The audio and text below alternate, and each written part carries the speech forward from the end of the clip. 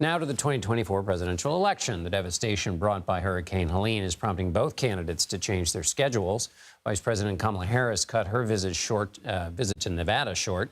She returned to Washington Monday for briefings on disaster recovery. She also plans to visit some of the affected areas, quote, as soon as possible without disrupting emergency response operations.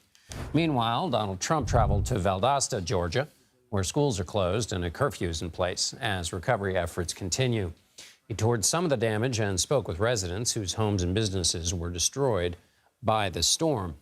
CBS News Chief Washington correspondent Major Garrett joins me now to talk about the race, as we do every Monday, which is a lovely tradition. Major, I don't know if you've heard, but CBS is hosting the only vice presidential debate tomorrow.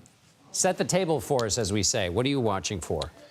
So I think for Tim Walz, Kamala Harris's running mate, the mandate is to enhance and extend the momentum, the energy, the excitement, the fundraising that Kamala Harris has created around her campaign, and not do anything to detract from any of those things. So enhance, extend. For J.D. Vance, he has to reframe and rebound. J.D. Vance did not get off to a very good start. Some of the things that he has said about childless cat ladies, exaggerations or downright lies about the status of Haitians living in his own state of Ohio, Springfield, Ohio, have created a recoil effect in American politics. So he has to subtly, if possible, try to reframe and rebound from those either misstatements or impressions that did not land nearly as well as he thought they might. Secondarily, I think age is a subtext for this vice presidential debate. Donald Trump is 78. Now that President Biden is not seeking re-election, he is the oldest nominee of a major party in American presidential history. J.D. Vance is 40. Do Americans see within J.D. Vance tomorrow night a future president if the worst should happen to President Trump should he be elected? That's an undercurrent to this debate as well. Major, you mentioned Springfield, Ohio. Consider with me for a second what's struck me as unprecedented, but maybe you can remember an instance. You have Governor Mike DeWine of the state has written an op-ed in the New York Times saying Springfield, Ohio is a great place. The Haitians there are contributing to the community, essentially cleaning up for the disaster created by the top of his own party's ticket.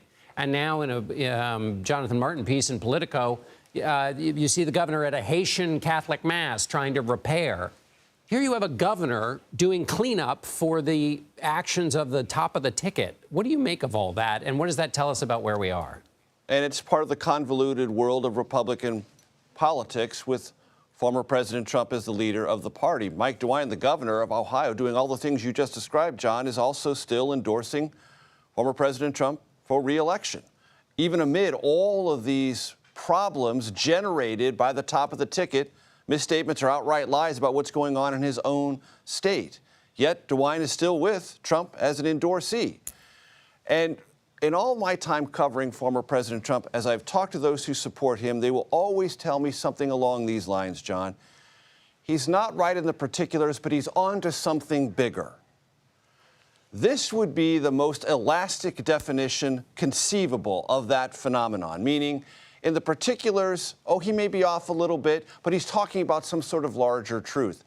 With Springfield, Ohio, J.D. Vance and former President Trump are not remotely close to the particulars. They are inventing things out of whole cloth to, they say, illustrate a larger question and issue of immigration, where, by the way, there are plenty of factual statements to bring up to criticize the Biden administration and Vice President Harris during this time of their leadership on questions of immigration that are valid, precise, and verifiable. Springfield, Ohio is not representative of that, not by a long shot. Major Garrett in Washington. Major will be a central part of our coverage of the campaign tomorrow night. And thanks for tonight, Major. Sure. And a programming note, join us back here at 4 p.m. Eastern Tuesday for a special vice presidential debate edition of America Decides. And then at 8 p.m., I'll be co-hosting CBS News Special Report leading in to the only vice presidential debate. That's at 9 p.m. Eastern right here in New York City. And you can follow along online and on social media for fact-checking from our CBS News confirmed team.